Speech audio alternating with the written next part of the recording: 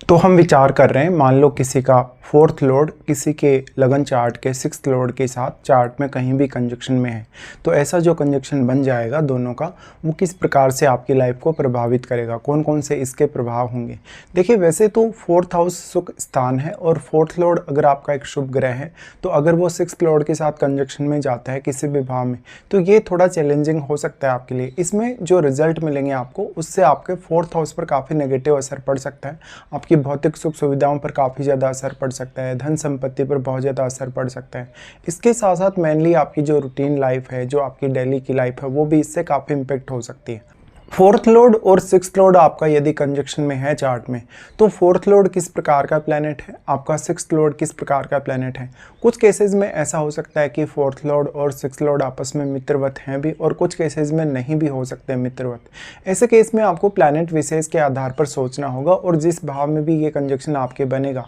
उस भाव में इनकी वास्तविक स्थिति कैसी होगी। वहाँ पर कोई प्लैनेट इनमें से हो सकता है वक्री हो, कोई हो सकता है अस्त हो, या किसी भी अदर प्लैनेट से प्रभावित हो। ऐसे केस में अगर ये कंजक्शन वैसे अगर आपके मान लो केंद्र स्थानों में बनेगा, और वहाँ पर अगर आपका जो सिक्स्थ लॉर्ड है अगर एक वो क्रूर ग्रह है, तो निश्चित तौर पे आपके लिए स्थितियाँ जो चैलेंजिंग होगी उनका सामना आप अच्छे से कर सकते हैं। या फिर आपका फोर्थ लॉर्ड भी एक क्रूर ग्रह होगा, उस केस में भी आप काफ़ी अच्छे से हैंडल कर सकते हैं सिचुएशन को। लेकिन अगर प्लानिटरी पोजीशन अच्छी नहीं है उस पर्टिकुलर भाव में, जैसे कि शत्रु राशि में बैठे हैं या फिर राहु या केतु जैसे ग्रह के साथ बैठे हैं, तो ये काफ़ी चैलेंजिंग हो जाएगा। फिर इसका असर पड़ेगा आपके माता जी के स्वास्थ्य पे, आपकी मानसिक स्थिति पे, आपके ओवरऑल मानसिक स्वास्थ्य पे, और आपके कंफर्ट्स पे।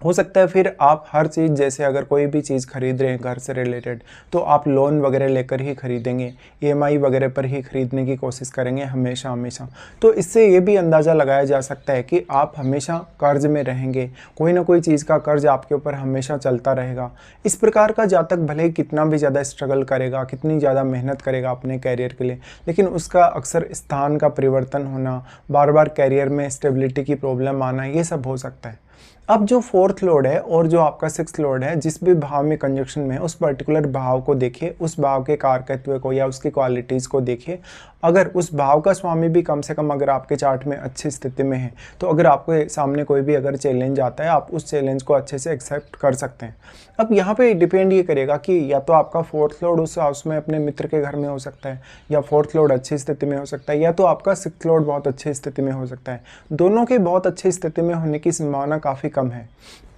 इसके साथ साथ जब आपका फोर्थ लॉर्ड और आपका सिक्स्थ लॉर्ड का कंजक्शन बनेगा, तो उस पर्टिकुलर हाउस के साथ आप कैसे सिचुएशन को मैनेज करेंगे, क्योंकि उस पर्टिकुलर हाउस से आपको फोर्थ हाउस के लिए गेन भी मिल सकता है, या फोर्थ हाउस के लिए चैलेंजेस बढ़ सकते हैं। दोनों ही प्रकार की स्थिति बन सकती है। या मान लो आपके सिक्स्थ हाउस के लिए चैलेंजेस और ज़्यादा बढ़ सकते हैं, या फिर उस हाउस से आपको मदद मिल सकती है आपकी रूटीन लाइफ को अच्छा करने, कैरियर को अच्छा करने, आपके लोन वगैरह को पे करने के लिए अच्छी स्थिति बन सकती है। लेकिन इसकी संभावना काफ़ी कम है। मोस्टली आपको ये देखने को मिलेगा कि चैलेंजेस जो होंगे कहीं ना कहीं उस पर्टिकुलर हाउस में भी डेवलप हो जाएंगे, उस पर्टिकुलर हाउस से रिलेटेड कार्यों के लिए। तो ऐसा कंजक्शन यदि किसी का मान लो 10th हाउस में बन जाए, तो सिक्स्थ लॉर्ड वहाँ चला गया और आपका फोर्थ लॉर्ड भी चला गया। ऐसे में हो सकता है फोर्थ लॉर्ड आपको अच्छा सपोर्ट कर भी दे, लेकिन आपका सिक्स्थ लॉर्ड यहाँ जाने से आपकी रूटीन लाइफ आपके कैरियर में बहुत महत्वपूर्ण हो जाएगी, आपका डेली का रूटीन बहुत महत्वपूर्ण हो जाएगा, और हो सकता है आपका घरेलू रूटीन भी इससे प्रभावित हो। फैमिली को आप हो सकता है समय नहीं दे पा रहे हो, कैरियर के प्रति बहुत ज़्यादा डेडिकेटेड हो, या कैरियर के प्रति आपकी रिस्पॉन्सिबिलिटीज़ काफ़ी ज़्यादा बढ़ गई हैं। इस प्रकार के कंजक्शन में प्लैनेटरी जो पोजीशन है या प्लैनेट विशेष का बहुत अहम रोल है, क्योंकि हर प्लैनेट की अलग अलग क्वालिटीज़ हैं, हर प्लैनेट का अलग अलग कारकत्व है, उसका जो प्रभाव है वो भी काफ़ी डिफरेंट है। ऐसे केस में प्लैनेट विशेष पे ज़रूर ध्यान दीजिए, और फिर यहाँ पे देखना पड़ेगा कि कौन कौन से अदर ऐसे प्लैनेट हैं जो उस पर्टिकुलर भाव पे अपनी दृष्टि डाल रहे हैं या उस भाव में बैठे हैं जिनमें ये दोनों ग्रहों का कंजक्शन बन रहा है। इसके साथ साथ आपके फोर्थ हाउस में बैठे हुए प्लैनेट और आपके सिक्स्थ हाउस में बैठे हुए प्लैनेट का भी बहुत मेजर रोल होगा, क्योंकि सिक्स्थ हाउस में जो प्लैनेट बैठा है वो आपके चार्ट में आपके 12th हाउस को प्रभावित करेगा डायरेक्टली, क्योंकि वो अपनी डायरेक्ट दृष्टि 12th हाउस पे डालेगा। इसके अलावा वो कुछ अन्य भावों को भी प्रभावित कर सकता है, जैसे कि आपके 8वें घर को प्रभावित कर सकता है, 9वें घर को प्रभावित कर सकता है, इवन 10th हाउस को प्रभावित कर सकता है। इस हिसाब से देखा जाए तो फिर आपके लिए फोर्थ हाउस में जो बैठा हुआ प्लैनेट है वो कैरियर के लिए हालांकि कुछ हद तक सपोर्ट ला सकता है, लेकिन उससे डोमेस्टिक मामलों पर भी फिर प्रभाव पड़ेगा। तो ऐसे में बहुत ही मिश्रित परिणाम होंगे और काफ़ी चैलेंजिंग कंडीशंस बनेंगे। अब मान लो अगर आपका 6th लॉर्ड कम से कम अगर अच्छी स्थिति में है तो जो भी चैलेंजेस आपके सामने आएंगे उनको आप अच्छे से हैंडल कर सकते हैं। या मान लो अगर 6th लॉर्ड अच्छी स्थिति में भी नहीं है तो भी 6th हाउस में अगर आपके कोई ऐसा प्लैनेट बैठा है जो कुल मिलाकर एक क्रूर ग्रह के तौर पे बैठा है या बहुत ही अच्छी स्थिति में बैठा है, तब वो प्लैनेट भी आपको मदद कर सकता है। इसके साथ साथ इम्पॉर्टेंट ये होगा कि आपका 4th लॉर्ड और आपका 6th लॉर्ड आपके चार्ट में किसी भी अन्य भाव के भी स्वामी हो सकते हैं, तो उस पर्टिकुलर भाव के लिए भी आपको अवश्य विचार करने की आवश्यकता होगी। इस हिसाब से देखा जाए तो ऐसा कंजक्शन बहुत सारे मामलों में ज़्यादातर केसेस में चैलेंजिंग ही होगा। और अगर आपको इन प्लैनेट की अगर महादशा आ जाए तो महादशा और भी ज़्यादा चैलेंजिंग होने की संभावना बढ़ जाएगी।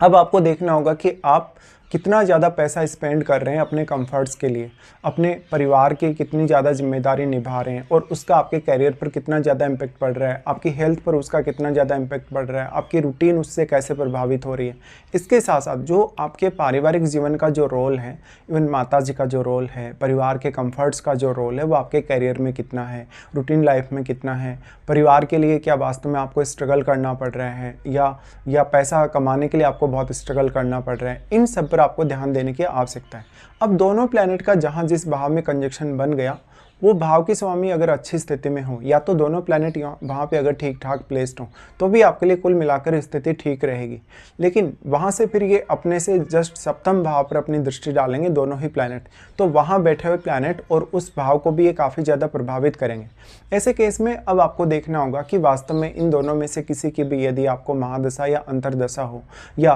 उस पर्टिकुलर हाउस से किसी भी ग्रह का अगर गोचर है तो वो गोचर और महादशा का इम्पैक्ट बहुत ही ज़्यादा आपके ऊपर हो सकता है। इसके साथ साथ ये डिपेंड करेगा कि अब जो आपका 4th लॉर्ड है और 6th लॉर्ड का आपसी रिलेशन कैसा है, दोनों आपस में कितने ज़्यादा क्लोज हैं, एक दूसरे पर दोनों का प्रभाव कैसा है। यहाँ पे अब 4th लॉर्ड की भूमिका हालांकि आपके लिए कंफर्ट्स के मामले में ज़्यादा बढ़ जाती है, लेकिन 6th लॉर्ड अगर आपका एक क्रूर ग्रह भी हो तब भी चलेगा। लेकिन 4th लॉर्ड अगर एक क्रूर ग्रह होता है तो फैमिली में कॉन्फ्लिक्ट्स बढ़ सकते हैं, धन परिवार को लेके, संपत्ति को लेके कुछ दिक्कतें हो सकती हैं, कोर्ट केसेस वगैरह हो सकते हैं, या उस हाउस से पर्टिकुलर हाउस से जुड़े हुए रिश्तों के साथ भी आपके कुछ कॉन्फ्लिक्ट्स हो सकते हैं। तो जो भी आपका 4th लॉर्ड और आपका जो 6th लॉर्ड है जिस भी पर्टिकुलर हाउस में गया उसमें वो अपनी एनर्जी और अपने कारकत्व को डिपॉजिट करेगा और वो इन हाउसेस से उस भाव को जोड़ेगा। अब ये जो प्लैनेट दोनों आपके हैं 4th लॉर्ड और आपका 6th लॉर्ड, वो जिस भी भाव में बैठे हैं कंजक्शन में, वहाँ से वो अन्य कौन कौन से ग्रहों को प्रभावित कर रहे हैं और अन्य कौन कौन से भावों को भी वो प्रभावित कर रहे हैं, उन भावों पर और उन ग्रहों पर विचार करना काफ़ी ज़रूरी है। इसके साथ साथ वहाँ पर कौन कौन से अन्य ग्रहों का दृष्टि है जहाँ ये कंजक्शन बन रहा है। मोस्टली अगर ऐसा कंजक्शन अगर मान लो आपके तीसरे घर में बनेगा, अगर 6th हाउस में ऐसा कंजक्शन बन जाएगा, 10th हाउस में, 11th हाउस में ऐसा कंजक्शन बन जाएगा, तो फिर भी आप इसको किसी न किसी तरीके से हैंडल कर लेंगे। या लगन में भी अगर स्ट्रांगली ये प्लैनेट बैठे हों तो भी कुल मिलाकर ठीक ठाक रहेगा। हालांकि स्वास्थ्य से रिलेटेड इश्यूज और वो सब आपको ज़रूर आएंगे उस वजह से, लेकिन बाकी अन्य भाव में अगर ये कंजक्शन बन जाता है तो ये ज़्यादा चैलेंजेस ला सकता है, ज़्यादा आपके लिए कहीं ना कहीं जो प्रॉब्लम है वो खड़ी कर सकता है। तो इस हिसाब से आपको इस कंजक्शन पर विचार करना ज़रूरी है।